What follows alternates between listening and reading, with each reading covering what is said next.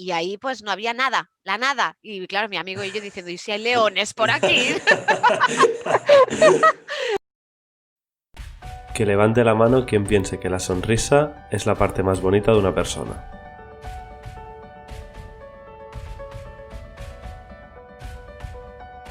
Que levante la mano quien piense que las sonrisas hacen de un mundo mejor.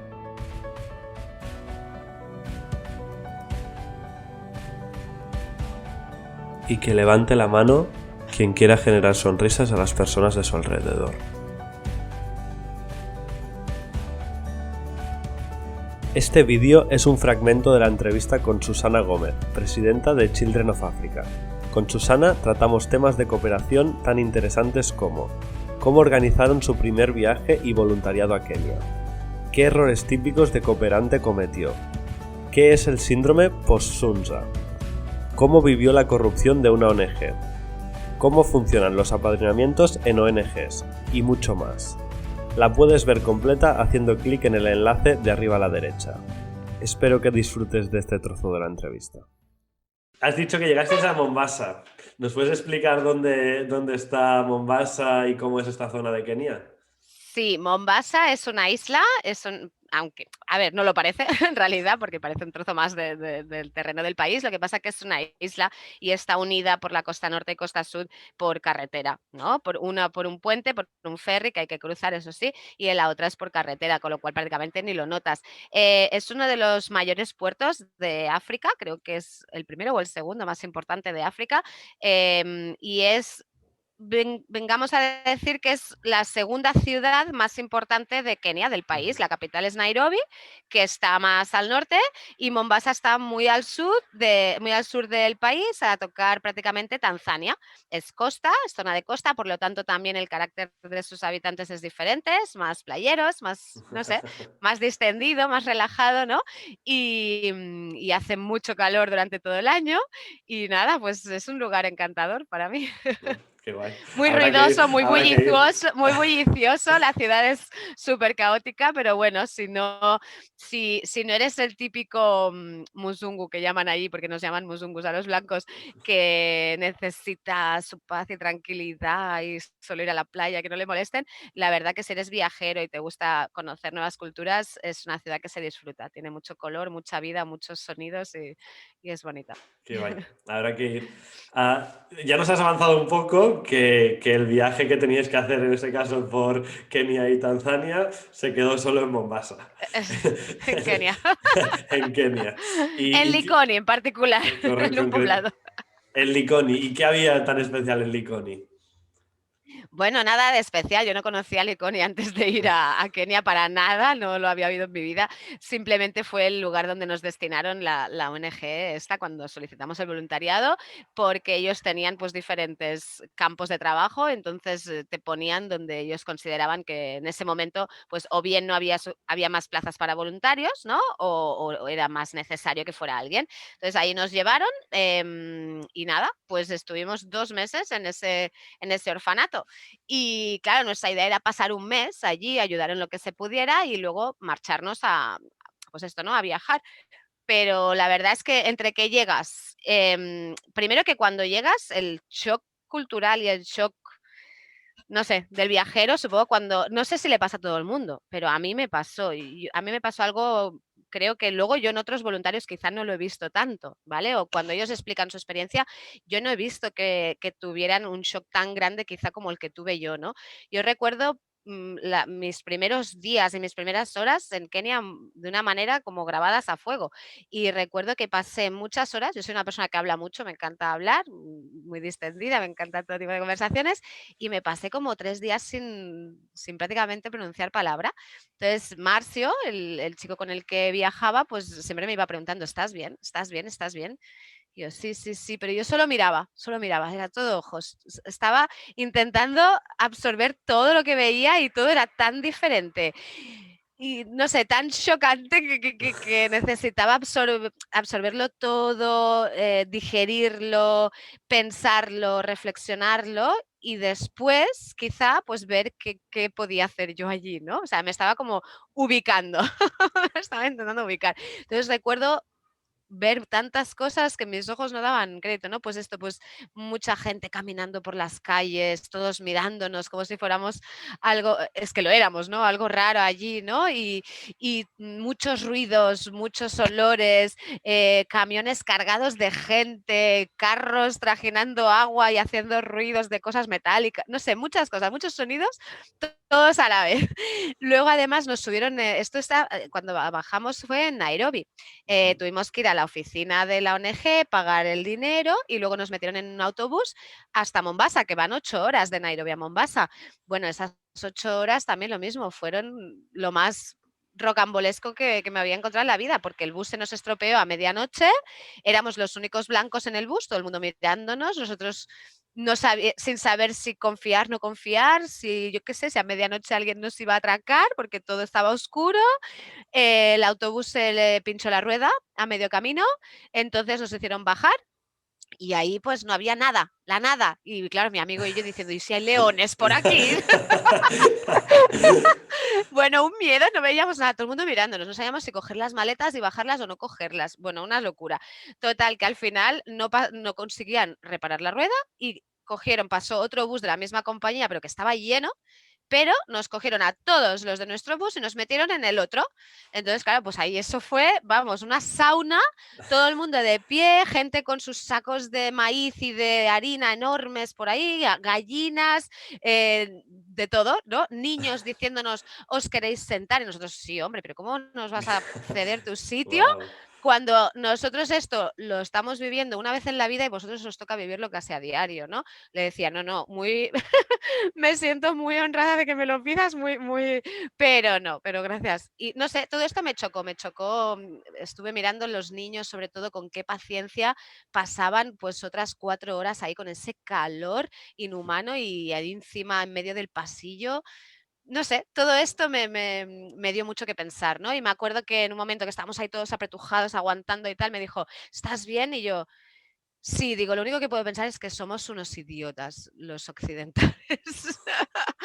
Fue lo único que pude decir, que somos unos idiotas, que nos quejamos por todo, por Ujú. tonterías, ¿no? Por nimiedades, la verdad. No sé, fue mi momento así más de shock. ¿Y cómo hablabas con la gente? ¿La gente habla inglés en Kenia? Sí, sí. Bueno, no todo el mundo, pero en las ciudades sí. En las ciudades, no sé, yo creo que el 80 o 70-80% hablan en inglés. Y luego hablan el suajili también, pero luego también en Kenia hay 42 tribus distintas que ahí les llaman tribus, pero bueno, vendría a ser aquí como un poquito como las regiones, ¿no? Distintas regiones. Lo que pasa que ahí cada región tiene su lengua. ¿Eh? Ujú. Y ahí son lenguas. Aquí serían quizá dialectos, pero ahí son lenguas, porque la verdad que una tribu de Mombasa, de la zona de Mombasa, no se entiende para nada con una de Nairobi, hablan un idioma totalmente diferente. Entonces ahí la mayor parte de ellos son trilingües, no son bilingües, sino trilingües. Todos hablan suajili, que es la lengua con la que se Ujú. comunica todo África del Este, luego hablan su lengua tribal, más el inglés, que es el idioma oficial, tanto de periódicos, telediarios, todo, de los políticos, de la escuela, de los exámenes, todo esto es en inglés. Genial.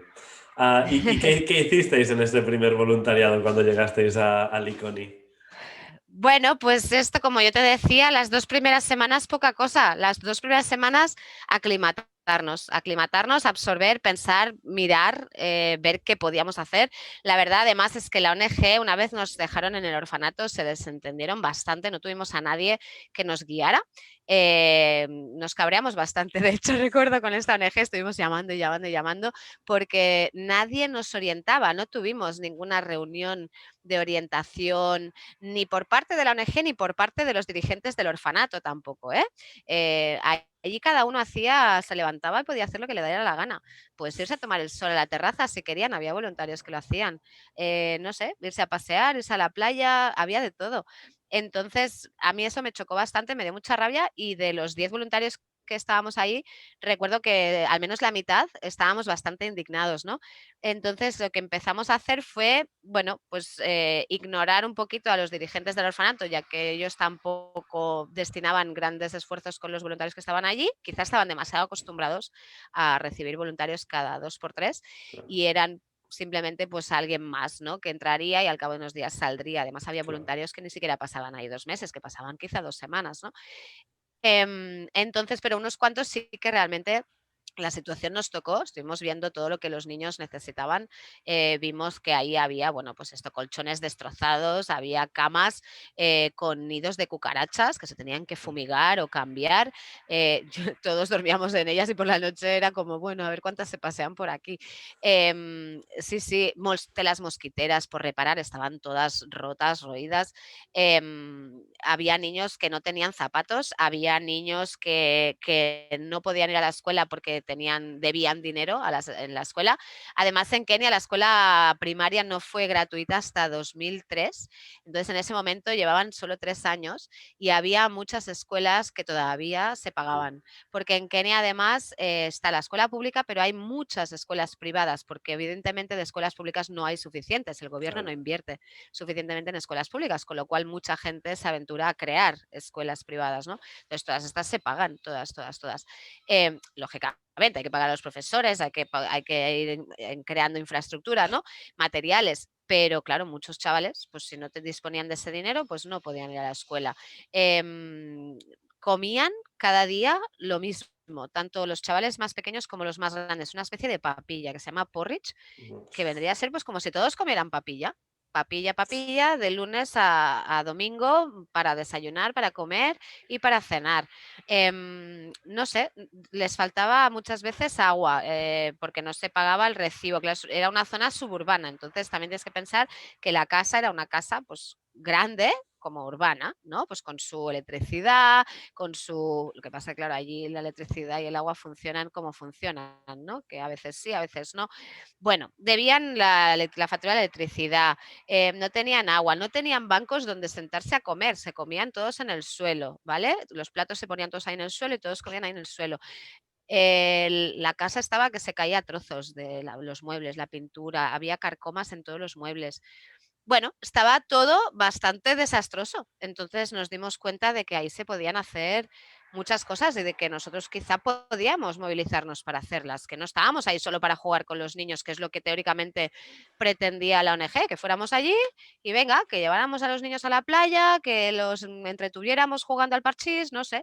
Pero claro, yo creo que cuando realmente quieres ayudar tampoco es solo eso lo que te interesa hacer. Evidentemente es una parte importante porque tienes que hacer ese intercambio cultural, tienes que crear un vínculo con ellos, ¿no? Socializarte con ellos, pero quieres sentir que aportas algo más, no solo juegos, que al final esos juegos aportarás juegos tú y cuando te marches aportarás juegos otro y otro y otro y otro, pero lo importante se quedará sin hacer, ¿no? Ujú. Entonces, nada, pasadas esas primeras 2, 3 semanas, decidimos unirnos, pues prácticamente todo el grupo de voluntarios que estábamos ahí, y dijimos, chicos, vamos a intentar hacer una llamada a nuestras familias, amistades, compañeros de trabajo, para conseguir el máximo de fondos posible ahora que estamos aquí.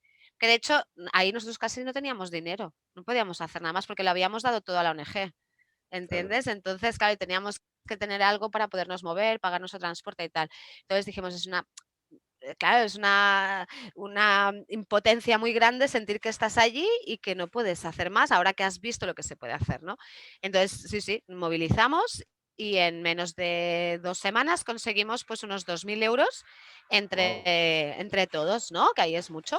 Y nada, pues empezamos a hacer un listado de las cosas que veíamos en ese momento que podían ser útiles, que seguramente si hubiéramos tenido experiencia y alguien nos hubiera asesorado, los hubiéramos invertido mucho mejor, aún, pero en ese momento, como cooperantes o voluntarios o visitantes novatos, ¿no? Pues bueno, se nos ocurrió de comprar comida, obviamente, para Navidad, de pagar las tasas escolares de los chavales que no podían ir a la escuela, de comprar zapatos a aquellos que no tenían zapatos. Compramos chanclas para todo el mundo, además, hay un montón de chanclas. Luego, ¿qué más hicimos? Compramos libros, cuentos, muchos juguetes que quizá, ves, ahí quizá no hubiéramos tenido que invertir tanto porque gastamos mucho en juguetes, que luego cuando ya lo conoces el sitio y ves que cada vez que van voluntarios allí traen juguetes, pues quizá ese dinero se podría haber invertido en algo más útil, ¿no? Como, no sé, un tanque de agua o cualquier otra cosa. Bueno, total, que se gastó en todo lo que se pudo, pintamos, cambiamos algunos colchones y vimos fue lo que nos abrió los ojos a ver que ahí se podían hacer cosas si nos uníamos y trabajábamos juntos. Espero que este vídeo te sirva para aprender y reflexionar cómo mejorar tu mundo. Si quieres ver más de lo que subo y quieres apoyar el proyecto, dale a me gusta y suscríbete. En el Instagram de Coach Rodamón es donde tengo más actividad, con reflexiones, proyectos y canciones o otras chorradas. Espero que sigas generando sonrisas a tu gente. Hasta pronto.